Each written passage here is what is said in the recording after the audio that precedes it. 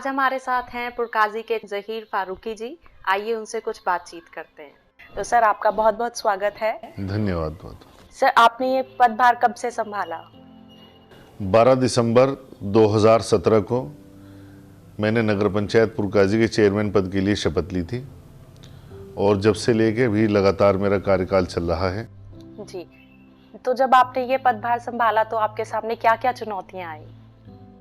मेरे सामने सबसे बड़ी चुनौतियों के रूप में यही था कि पुरकाजी के अंदर चोरी की घटनाएं बहुत होती थी। महिलाओं के लिए, पुरुषों के लिए किसी तरह की कोई व्यायाम की, जिम की कोई व्यवस्था नहीं थी। पुरकाजी के अंदर कहीं पर भी सुलभ शौचालय नहीं थे, लोग परेशान रहते थे, टूटी हुई सड़कें थी और जो सबसे बड़ी एक समस्या थी वो 1857 की क्रांति से जुड़ा हुआ जो एक ऐतिहासिक सूलीवाला बाग है वो बहुत बुरी दशा में था। वहाँ पर मरे हुए कुत्ते पड़े रहते थे, पूरे कस्बे की गंदगी वहाँ पर पड़ती थी। तो ये सब चुनौतियाँ थी। पुरकाजी के अंदर व्यवस्थाएं पूरी तरह से ख़त्म थी। उन सब व्यवस्थाओं को सही करना वो मेरे लिए चुनौती था। सो सर आपके पास आपके क्षेत्रवासियों की क्या-क्या फरियाद आती हैं? मुख्य रूप से तो समस्याएं यही रहती हैं कि किसी का राशन कार्ड नहीं है, विधवा पेंशन नहीं है, जो महिलाएं हैं उनकी पेंशन नहीं है और किसी को पानी का कनेक्शन चाहिए। लोग सड़कों के लिए कहते थे, वो सड़कें बनाई गई। मेरे से पहले 2017 से पहले पुरकाजी के अंदर 1000 पानी के कनेक्शन थे। मेरे कार्यकाल में 750 कनेक्शन पानी के दिए गए हैं। तो लोगों की जो भी समस्याएं थी उन्हें 24 घंटे सुना गया है और उनका पूरी तरह से समस्याओं का निराकरण कराया गया है। जी, आपने सर इन कठिनाइयों का कैसे समापन किया है? असल में मैं चेयरमैन बनने से पहले भी ज़मीन से जुड़ा हुआ इंसान हूँ और संघर्ष करके यहाँ तक आया हूँ। कोई राजनीतिक बैकग्राउंड मेरे पीछे नहीं है। मैं जनता की समस्याओं से पहले से रूबरू था। हमेशा धरना प्रदर्शन करके मैंने पुरकाजी क्षेत्र की समस्याओं का हल कराया है। जैसे पुरकाजी में पहले रोडवेज बस स्टैंड था, वो 20 साल से बंद था। हमने धरना प्रदर्शन करके उसे शुरू कराया। कई बार धरना प्रदर्शन करके हमने खूब गैस के कनेक्शन करवाए, बिजली की आपूर्ति सुचारू करवाई और रोडवेज गाड़ियां हमारे यहाँ बाईपास बनने से बाहर से जाती थी, उनके लिए हमने हाईवे पे धरने किए। वो धरनों में हमें कामयाबी मिली। सारे काम हमने धरना प्रदर्शन करके कराए। सर जो आपकी शपथ रही है वो बहुत विवादों में रही है, वो क्या मामला था? असल में हमने चुनाव लड़ते समय ही अपने पुरकाजी क्षेत्र की आवाम से कह दिया था कि अगर मैं नगर पंचायत पुरकाजी का चुनाव जीत गया तो मैं शपथ पुरकाजी के सूलीवाला बाग पर लूँगा। और 12 दिसंबर का दिन था। पूरे उत्तर प्रदेश के अंदर सभी चेयरमैनों ने शपथ ले ली थी, लेकिन प्रशासन इस बात पर अड़ा हुआ था कि सूलीवाला बाग पर शपथ नहीं होगी। जो विपक्ष के सभासद थे उन्होंने नगर पंचायत पुरकाजी के सभागार में शपथ ले ली थी, लेकिन मुझे अपनी जनता का मान सम्मान रखना था। जो जनता से वादा किया था उसी के तहत हमने सूलीवाला बाग पर धरना दे के बैठ गए। हज़ारों लोग वहाँ धरने में मौजूद रहे और रात को 8 बजे प्रशासन को, एडीएम प्रशासन और तत्कालीन एसपी सिटी को भेजना पड़ा, जब जाके शपथ हमारी सूलीवाला बाग पर ही हुई थी। मैं चाहता था कि जो मैंने जनता से वादे किए उन पर खरा उतरूं। पहले ही दिन अपने किए गए वादे से अगर मैं मुकर जाता तो जनता का विश्वास मुझ पर से हट जाता। सूलीवाला बाग के शहीदों को सच्ची श्रद्धांजलि यही थी कि मैंने अपनी जीत उन शहीदों को समर्पित की। उसी जगह मैंने शपथ ली जहां मैंने जनता से वादा किया था। सर आपने अपने कार्यकाल में क्या-क्या नए कार्य किए हैं? देखिए, सड़कें, नाले, खड़ंजे ये तो सभी जगह बनते हैं, लेकिन पुरकाजी नगर पंचायत में इन सभी कामों के साथ साथ जो नए काम हुए हैं वो कुछ इस तरह है कि जो हमारे यहाँ का महिला जिम है, पूरे हिंदुस्तान में किसी भी नगर पंचायत में सरकारी महिला जिम नहीं है। उसके अलावा कोई भी नगर पंचायत पूरे हिंदुस्तान में ऐसी नहीं होगी जिसके आने जाने वाले सभी मार्गों पे नंबर प्लेट रीडर कैमरे हों। पुरकाजी के अंदर हर चौराहे पे, हर बाजार के अंदर कैमरे हैं। जनता की सुरक्षा के लिए कैमरे लगाए गए और पूरे हिंदुस्तान में मेरा दावा है किसी भी नगर पंचायत के अंदर पब्लिक एड्रेस सिस्टम इतना हाईटेक नहीं होगा। विदाउट वायर हमारे यहाँ सारे पब्लिक एड्रेस सिस्टम लगे हुए हैं। 28 जगह स्पीकर लगे हुए हैं। एक बटन ऑन करने से 28 जगह के स्पीकर एक साथ ऑन हो जाते हैं। अगर कोई सरकारी संदेश या जनता को मैसेज हमें देना होता है तो उसी पब्लिक एड्रेस सिस्टम के माध्यम से हम दे देते हैं। उसके अलावा हमारे यहाँ हिंदुस्तान की पहली सरकारी 2 मंजिला गौशाला हमने बनाकर तैयार की है। हमने जनता को, गरीब लोगों को राहत देने के लिए धोबी घाट बनाया है। हमने जेंट्स जिम बनाया है, इतना अत्याधुनिक जिम, सरकारी जिम मुझे नहीं लगता पूरे हिंदुस्तान में किसी नगर पंचायत में होगा। और भी अनेकों ऐसे काम हैं। हमने रबड़ की सड़कें बनाई, हमने पुरकाजी से बाहर जाकर काम किए। जैसे कावड़ यात्रा आती है तो उत्तराखंड से, जो हरिद्वार से जो जल लेकर आते हैं शिव भक्त, यूपी एंटर होते ही वो सारी व्यवस्थाएं हमारी होती हैं। 16 किलोमीटर तक यूपी बॉर्डर से लेके फलौदा तिराया तक अंदर से और बाहर से सब व्यवस्थाएं हमारी होती हैं। जैसी ऐतिहासिक व्यवस्थाएं हमारे कार्यकाल में शिव भक्तों के लिए हुई है, पूरे हिंदुस्तान में कहीं ऐसी व्यवस्था नहीं होती होगी। हमने जो कावड़ यात्रा के अंदर महिला कावड़ियाँ आती थीं, वो लगातार परेशान थी बाथरूम के लिए। हमने अपने कार्यकाल में पुरकाजी के आउटर पर उनके नहाने के लिए अलग से बाथरूम बनवा दिए, जहाँ पूरी तरह से महिला कर्मचारियों की ही ड्यूटी लगाई। और ये समाचार, चाहे ये महिला बाथरूम के लिए हो, वॉशरूम के लिए हो, या महिला जिम का समाचार हो, इससे पुरकाजी का नाम पूरे देश में रोशन हुआ। Hindustan times, times of India के फ्रंट की खबरें ये रहीं। और पुरकाजी के लोगों को हर समस्या से निदान दिलाने के लिए उनका चेयरमैन हमेशा खड़ा रहा। सर, ये सूली वाला बाग इतना चर्चित क्यों है? देखिए, पुरकाजी के अंदर एक ऐतिहासिक जगह है जिसे सूलीवाला बाग के नाम से जाना जाता है। 1857 की क्रांति में इस जगह पर अंग्रेजों ने सैकड़ों देशभक्तों को शहीद किया था, इसलिए इस जगह का नाम सूलीवाला बाग के नाम से जाना जाता है। अंग्रेजों की एक टुकड़ी पर यहाँ पर क्रांतिकारियों ने हमला करके उनके हथियार छीन लिए थे, उनकी तोप छीन ली थी, और ये पुरकाजी से इंटीरियर में खादर क्षेत्र पड़ता है, वहाँ पर दबा दी थी। तो अंग्रेज़ों ने उस आंदोलन को कुचलने के लिए अपनी बाहर से टीम बुलाई, और फिर आसपास क्रांतिकारियों को, जैसे सरदाना हुआ, शामली हुआ, बेहट हुआ, मुजफ्फरनगर, बुढ़ाना, वहाँ से क्रांतिकारियों को पकड़कर यहाँ सूलीवाला बाग पर सूली दी जाती थी। इसलिए इस जगह से पूरे पुरकाजी क्षेत्र का एक लगाव है, जुड़ाव है, क्योंकि हिंदुस्तान की क्रांति से जुड़ा हुआ है, आज़ादी से जुड़ा हुआ पहलू है। इसलिए हमने सूलीवाला बाग की जो गंदगी थी, बड़ा हमारा दुर्भाग्य है कि हमारे देश के अंदर शहीदों को सम्मान नहीं मिला। आप देख सकते हैं पूरे हिंदुस्तान के अंदर हर जगह भगत सिंह के नाम पे चौक होंगे, शहीद आजम भगत सिंह रोड होगा, लेकिन ये हिंदुस्तान की बदकिस्मती है, आज तक हिंदुस्तान के अंदर भगत सिंह, सुखदेव, राजगुरु, अशफाक उल्लाह खां, किसी को भी शहीद का दर्जा नहीं दिया गया। उसी बदकिस्मती के पहलू के तहत ये भी था कि सूलीवाला बाग के जो लोग शहीद हुए थे, उन्हें कोई श्रद्धांजलि तो क्या देना बहुत दूर, वहाँ पर पूरे कस्बे की गंदगी पड़ती थी। तो वहाँ पर हमने सबसे पहली बार 2016 में ध्वजारोहण करा। हज़ारों की तादाद में युवा वहाँ पर ध्वजारोहण करने के लिए पहुँचे, और उसी 1857 की क्रांति से जुड़े हुए जो हथियार हैं वो खादर क्षेत्र में दबे हुए थे। अब से 30 साल पहले भी 3 तोप उस जगह से निकल चुकी हैं। एक तोप हमने निकाली थी जो पुरकाजी के हरिनगर गांव में एक विनोद नाम के किसान है, उनके खेतों में दबी हुई थी। वहाँ से हमने उस तोप को निकाला था और लाकर सूलीवाला बाग पर रखा था।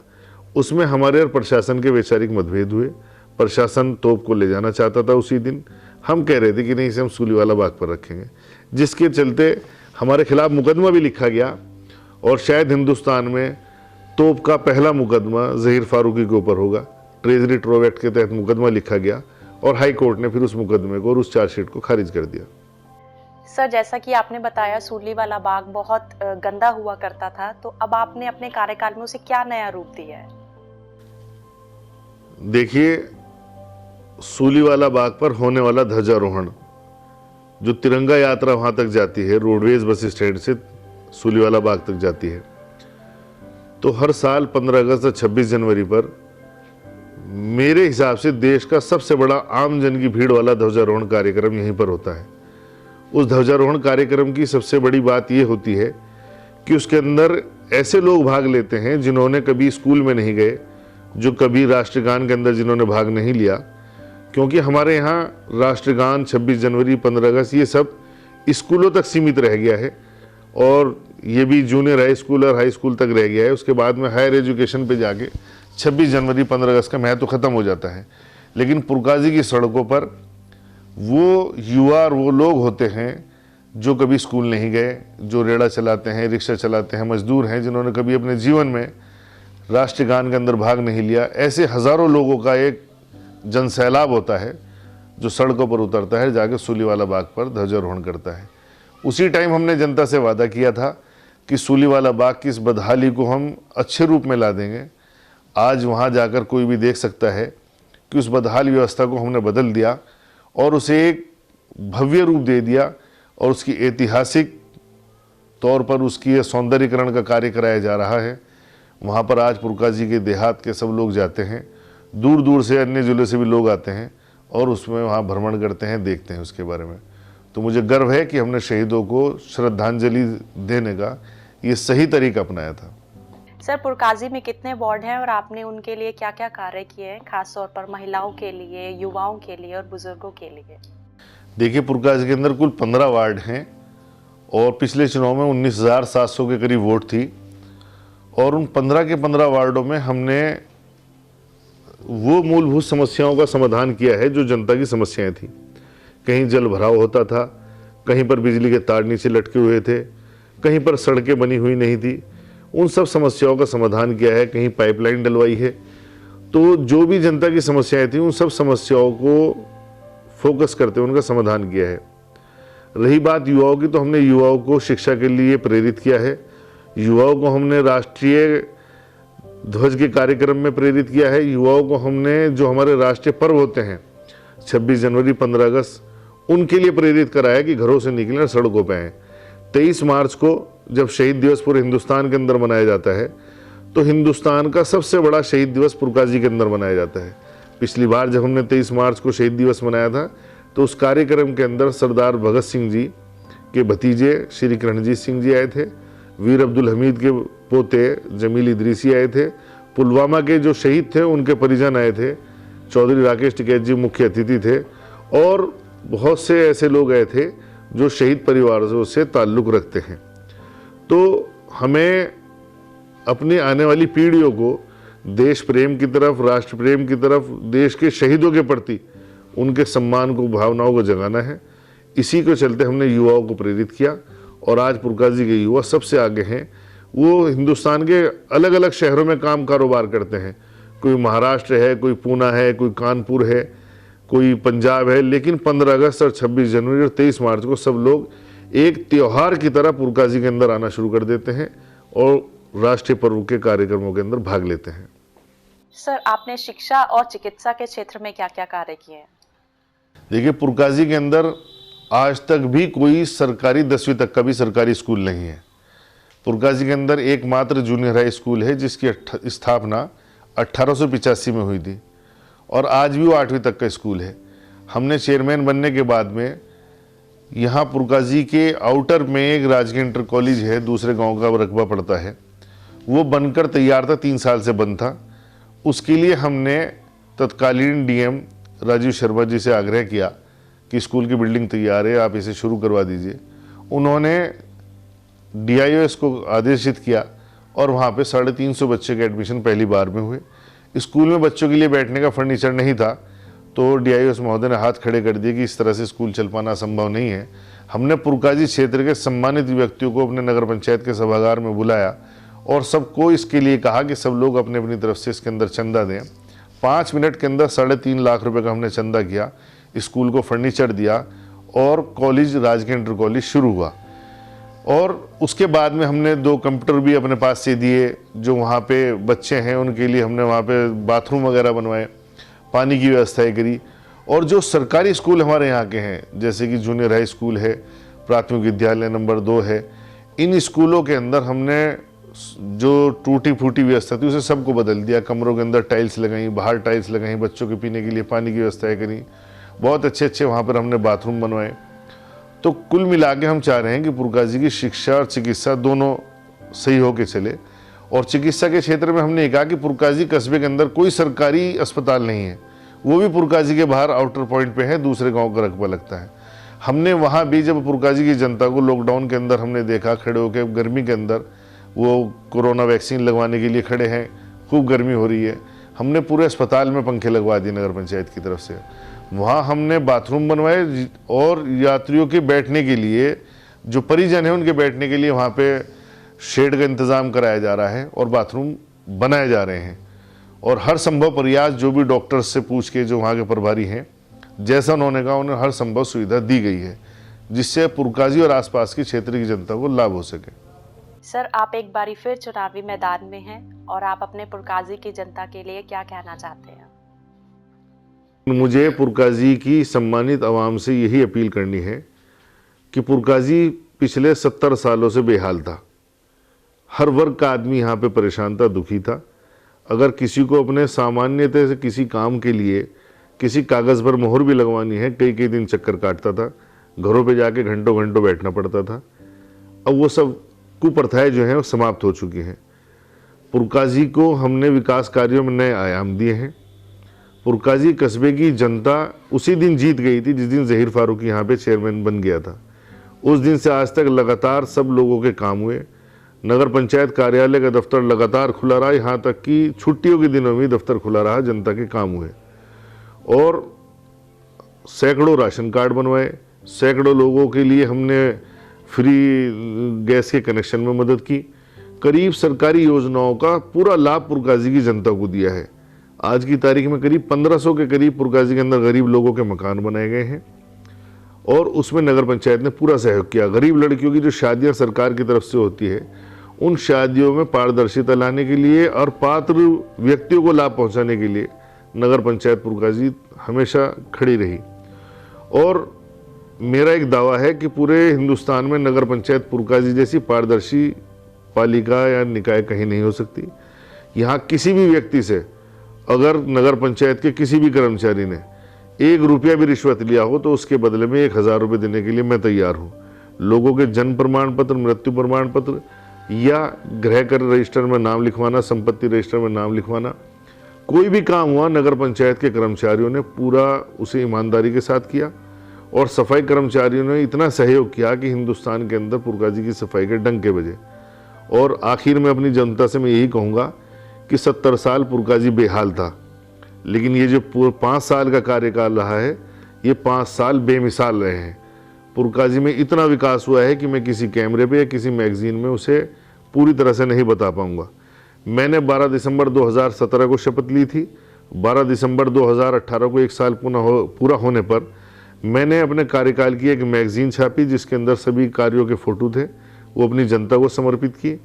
अगला जब दूसरा कार्यकाल पूरा हुआ 12 दिसंबर 2018 से लेकर 12 दिसंबर 2019 तक, मैंने एक और मैगजीन छापी जिसके अंदर उस साल के कराए गए कार्यों को हमने मैगजीन के माध्यम से जनता के बीच में बताया। उसके बाद 2 साल कोरोना के रहे, पूरा हिंदुस्तान क्या पूरी दुनिया उसके अंदर डगमगा गई, लेकिन पुरकाजी के विकास कार्य उसके अंदर चलते रहे। उन 2 सालों में हम मैगजीन तो नहीं छाप पाए। अब हमारी नई मैगजीन आने वाली है जो 3 साल टोटल की आएगी। उसके अंदर फिर से हमने एक बार फिर जो जो कार्य हमने कराए उन सब की डिटेल, उन कार्यों के फोटो उसके अंदर दे रखे हैं। मेरा मानना है कि जिस जनता ने अपने जनप्रतिनिधि को चुना है उन्हें जानने का पूरा अधिकार है कि सरकार द्वारा जो धन विकास कार्यों के लिए नगर निकायों को दिया जाता है वो उनके जनप्रतिनिधि ने कहाँ पर लगाया है। किसी भी कार्य के लिए सरकार ही धन देती है। सब नगर पंचायतों में, विधानसभाओं में, सब जगह व्यवस्था है कि सरकार किसी की भी हो वो धन देती है। सरकार के धन को किस माध्यम से किस जगह लगाया जा रहा है उसके लिए विज़न होता है आपके जनप्रतिनिधि का। जो आपके जनप्रतिनिधि का विज़न होगा वहाँ पर पैसा लगाया जाएगा। तो मेरा विज़न बिल्कुल क्लियर था कि शिक्षा, चिकित्सा और युवाओं के लिए, शहीदों के लिए, राष्ट्र प्रेम के लिए, सड़कों के लिए, वही मैंने क्लियर करा। 5 साल में इतने काम किए हैं कि मुझे नहीं लगता कि मुझे भी अगर एक साथ आप मुझसे पूछने लगो तो काफ़ी हद तक मैं भी भूल जाऊंगा। तो मैं अपनी जनता से आखिर में यही कहूँगा कि अगर मैंने आपके लिए अच्छे काम किए हैं, अगर आपके चेयरमैन ने बिना किसी भेदभाव के कार्य किए हैं और जनता को पूरी तरह 24 घंटे समर्पित रहा है और आपको लगता है कि सबसे अच्छा काम पुरकाजी के अंदर हुआ है, तो आप आने वाले टाइम में ज़हीर फारूकी को तो एक बार फिर मुझे मौका दें। और अगर आपको लगता है मुझसे पहले वालों ने अच्छे कार्य किए हैं तो आप उन्हें वोट दे दें, मुझे बिल्कुल कोई एतराज़ नहीं होगा।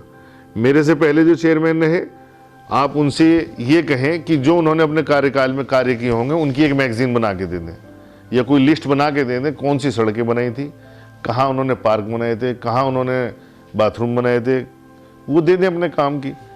और मुझसे जिन लोगों के चुनाव हैं वो ज़्यादातर वही लोग हैं जो पहले चेयरमैन रह चुके, तो उन्होंने अपने कार्यकाल में क्या किया है उन्हें जनता को बताना पड़ेगा। क्योंकि इस बार पुरकाजी की राजनीति पहली बार की तरह इस तरह नहीं होगा कि जातिगत आधार पर आप चुनाव लड़ना शुरू कर दोगे। अब के चुनाव विकास पे होगा। अगर हमने विकास कार्य किए होंगे तो जनता हमें वोट करेगी, अगर हमने विकास कार्य नहीं किए होंगे तो जनता हमें वोट नहीं किए करेगी।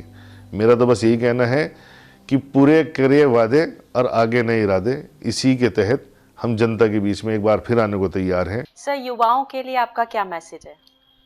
मैंने अपने 5 साल के कार्यकाल में सरकारी कार्यालय में बैठकर ये देखा है कि बहुत सारे बुजुर्ग महिलाएं भी हैं जिसके अंदर पुरुष भी हैं, वो आते हैं और परेशान हैं। वो कहते हैं कि हमारी पेंशन बनवा दीजिए।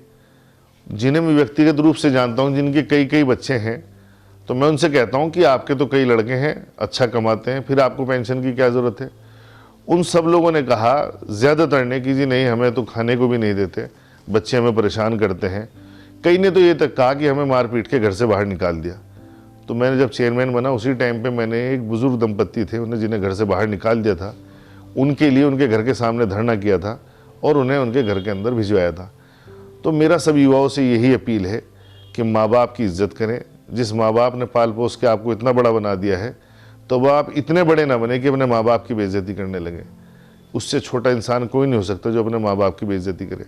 और मैं तो अपने धर्म के हिसाब से भी, और जो मैंने और धर्मों के बारे में सुना है, मैं इतना जानता हूँ कि किसी भी तरह की इबादत कबूल नहीं है अगर आपके माँ बाप आपसे नाराज़ हैं।